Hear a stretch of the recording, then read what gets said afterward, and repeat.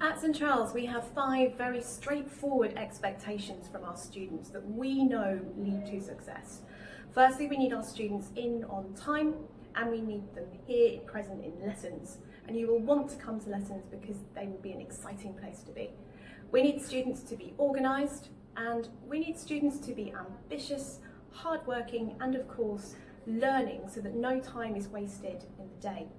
On top of that, we expect students to spend at least 5 hours of additional study when they are preparing for their A-levels, and that's independent. And we expect students to follow placements and work for their vocational courses very carefully and making sure they're aware of all their deadlines in advance. And we know following those 5 basic principles, students are incredibly successful at St Charles.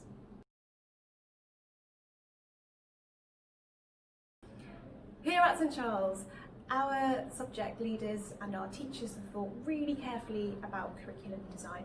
That's for both the academic and vocational courses. And we know as they become increasingly challenged, we need to meet that with the curriculum that we offer students along with their daily lessons.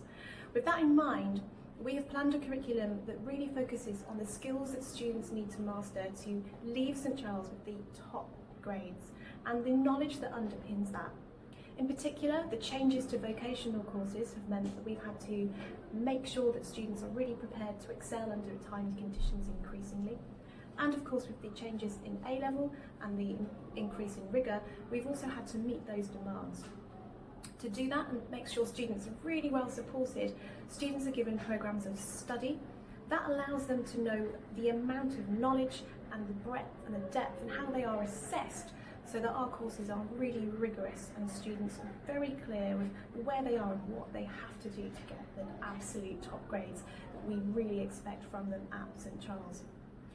On top of that, it's not just about grades. So we've carefully thought about the enrichment that we want students to experience, because we want to also develop a love of learning and really challenge students to get to grips with their courses or the subjects that they study in the form of a discipline, which is really, really important.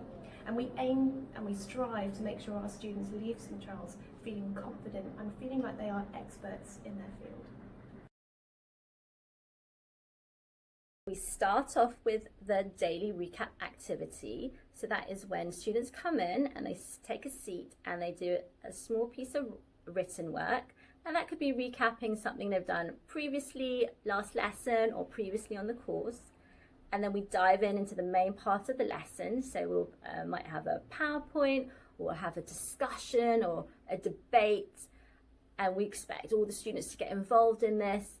And then every lesson we talk about where they are on the course and what progress they're making and where we're heading. So it's really important that students know where they are. I call it the map. Where are you on the map? And students know where they are, and that makes them feel secure about their learning. We have high expectations of all our students. We expect them all to get involved every single lesson. And we want every student to be excited about learning. St Charles monitors student attainment, progression and outcomes in a number of ways. The main way is by taking assessment really seriously. So as well as obviously, teaching the courses and students learning stuff, then we need to assess that they're learning successfully as well. So students have regular assessments, at least 3 every half term, 3 serious assessments, 2 of which are under timed conditions. So that's to do a number of things. First of all, so that, as teachers, we know the kind of progress that they're making. Secondly, it gives them a really great opportunity to revise their subjects and revise the topics. And thirdly, it gives them exam practice. So it gets them ready for the real thing. So we're interested in looking at, first of all, their minimum target grade. So from their GCSE results and what they come to the college with, having a measure of where their expected target should be. And then we also look at their current performance grade, so where they're performing at the moment based on those assessments that I was talking about earlier. And then finally, of course, there are predicted grades. So they're the grades that as teachers we think they're kind of heading towards as they move towards the end of their course. Really, there are sort of three outcomes that we're interested in. The first one are raw results, so the qualifications that the students achieve and the grades that they get. That's the most important thing for them because that's really why they're here. Secondly, looking at the value added, so how far we take them on their journey. So measuring, their starting point and then their finishing point, and making sure that that's as big a journey as it can be. And then finally, and I think probably most importantly, at the end of their time here is their destination. So where students then go on to.